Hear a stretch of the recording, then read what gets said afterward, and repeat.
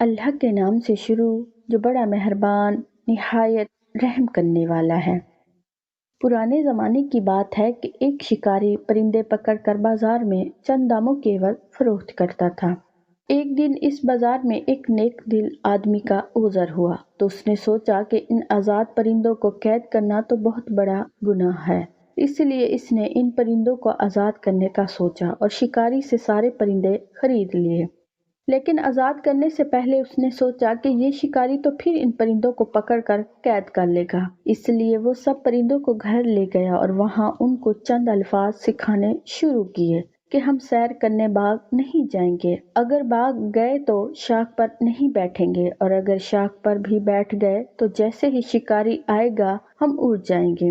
ایک عرصہ محنت کے بعد وہ نیک دل آدمی اپنی اس محنت میں کامیاب ہوا اور پرندے وہ بولی بولنے لگے۔ نیک دل آدمی بہت خوش ہوا کہ وہ اپنے مقصد میں کامیاب ہوا۔ اس نے ایک ایک کر کے سارے پرندے آزاد کر دیے۔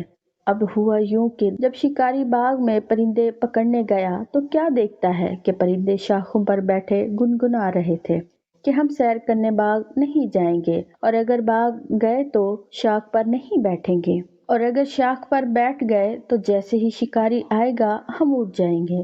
شکاری یہ دیکھ کر بہت خوش ہوا کہ اب تو ان پرندوں کی وہ منہ مانگی قیمت وصول کر سکے گا، اور یوں اس نے وہ پرندے پکڑ کر مہنگے داموں فروخت کر دیے۔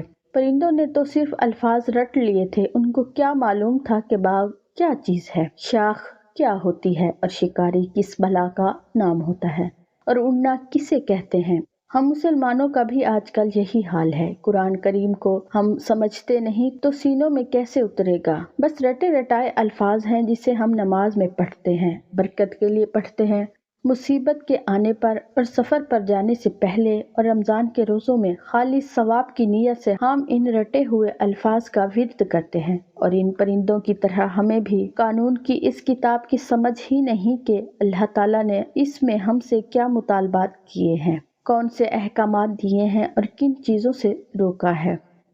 جزاک اللہ۔